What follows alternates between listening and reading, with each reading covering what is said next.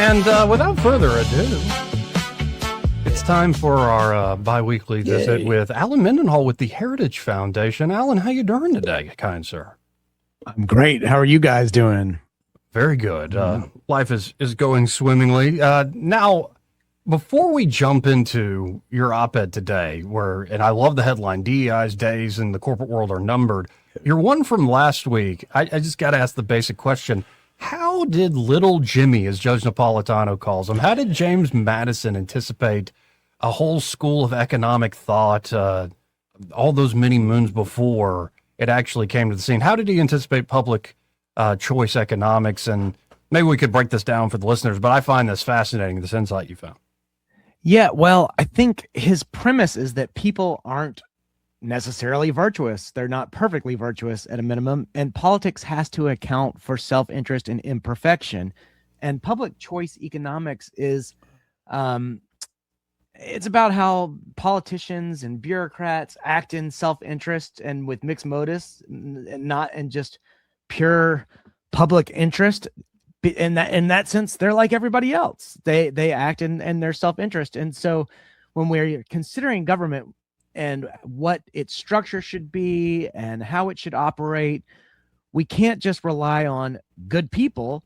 We have to rely on core mechanisms like checks and balances, separation of powers. And the purpose is to control ambition with competing ambition, to prevent a concentration of power, because it's just the inevitable way of humans to try to consolidate power. So it's interesting. And I think that the fact that we were doing all this in Munich suggests that Madison's insights are, relevant beyond the United States of America. And in fact, the people who were there discussing these works with me were from mostly other countries. There were a few Americans, but they were mostly from other countries. Yeah, and it reminds me of it's a classic clip. We've played it to death, but maybe we'll have to bring it back alive. Milton Friedman sitting down with Phil Donahue. Yeah, and he says, "What do you? Who are these angels that you have governed? You don't think the Soviet commissar is greedy?" And it is a fascinating thing that once you slap public on whatever institution or office that a person might hold, people do sort of assume the best intentions or the worst intentions. Yeah, really. And what I like is this nuanced view of no, it is just self-interest at play. Though I'd imagine the temptations of power perhaps are a little more corrupting than even the temptations of, let's say, basic greed and money, but especially when the two start to mix, if that makes any sense. Yeah, I mean, economic systems depend on incentives and constraints too, just like these government systems, according to Madison, do, which means they don't just depend on like virtue. I think the difference is actually there probably is less virtue in the governmental systems than in markets, because in general markets where you have private actors responding to incentives and sending price signals by what they want to buy, you're mostly dealing with, parents trying to afford a better life for their children, trying to buy groceries, trying to get through life. And those are the signals that they're sending on the marketplace. Whereas politicians really mostly are people who are worried about power, reputation, getting reelected. How do I please my lobby corps? All these kinds of things. So they're necessarily drawn into the vortex of power, even if they are good and virtuous people. But markets are outside of all of that. And for the most part, you're dealing with, the aggregate decisions made by private people and businesses outside the coercion of government bureaucrats. Now, and I want to expand this out a little bit. Just one line I want to read that you wrote in here, and I think it's just fantastic. Quoting you from your piece of last week, quote, "But here's the thing about understanding. It does not matter that the idea itself was already available. What matters is the moment it becomes yours. When it stops being a fact, it becomes a thought you've genuinely held." And, I've been going through a lot of that in a lot of different ways of late. Yeah. And I just think that's a beautiful and also just probing and great insight that sometimes folks have known things or been at the party for a long time. It can be a little standoffish. It's like, oh, you just figured that out. But I think this is just how the mind works. You could have something right in front of your face for years, and finally it clicks as something you actually embodying or at least get.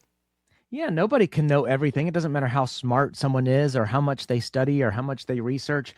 There is always information out there that they don't know because there's just too much information for one mind to actually process and retain. And so I'm sure that this idea that James Madison was some sort of proto public choice economist is not novel. I'm sure somebody has had this idea long before I have and probably articulated it better and probably did it in some thesis with extensive footnotes and many, many pages.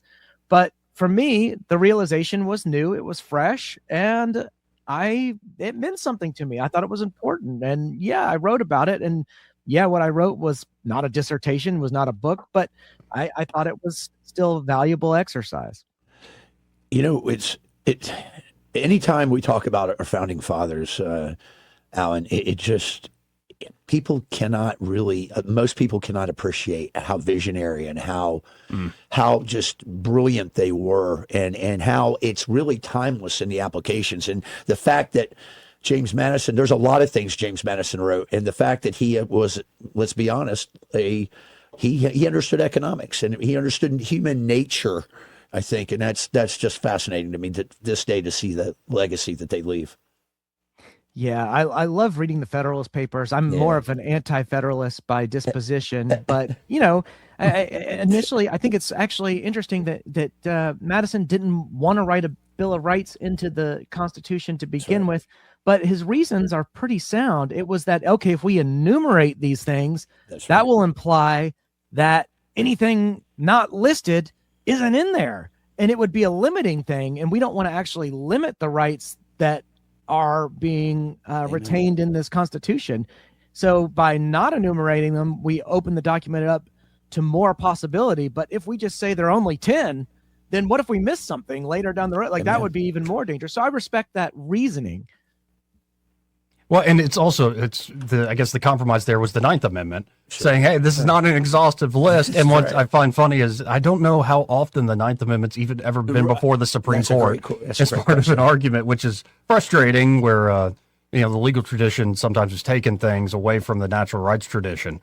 But it is fascinating. The point Troy brings up is how could these guys in that time period have such vision, including they wouldn't know the specifics of the technological changes stuff came. And there, I guess, is something about understanding the natural law. That's right. That it gives that extra insight to where things do change, and they've changed rapidly in the last 250 years in astounding ways.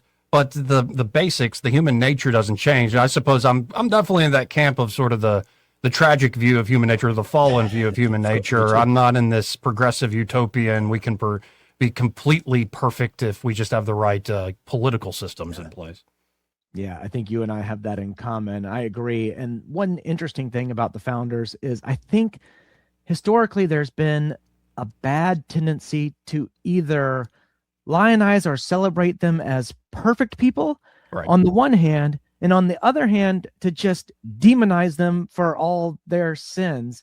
And I think when we're dealing with the founders, we need to teach them warts and all, but not all warts. In other words, you don't treat them as if they were perfect angels. This is exactly what Madison said about human beings. He wouldn't have thought that of himself and his colleagues as being angels.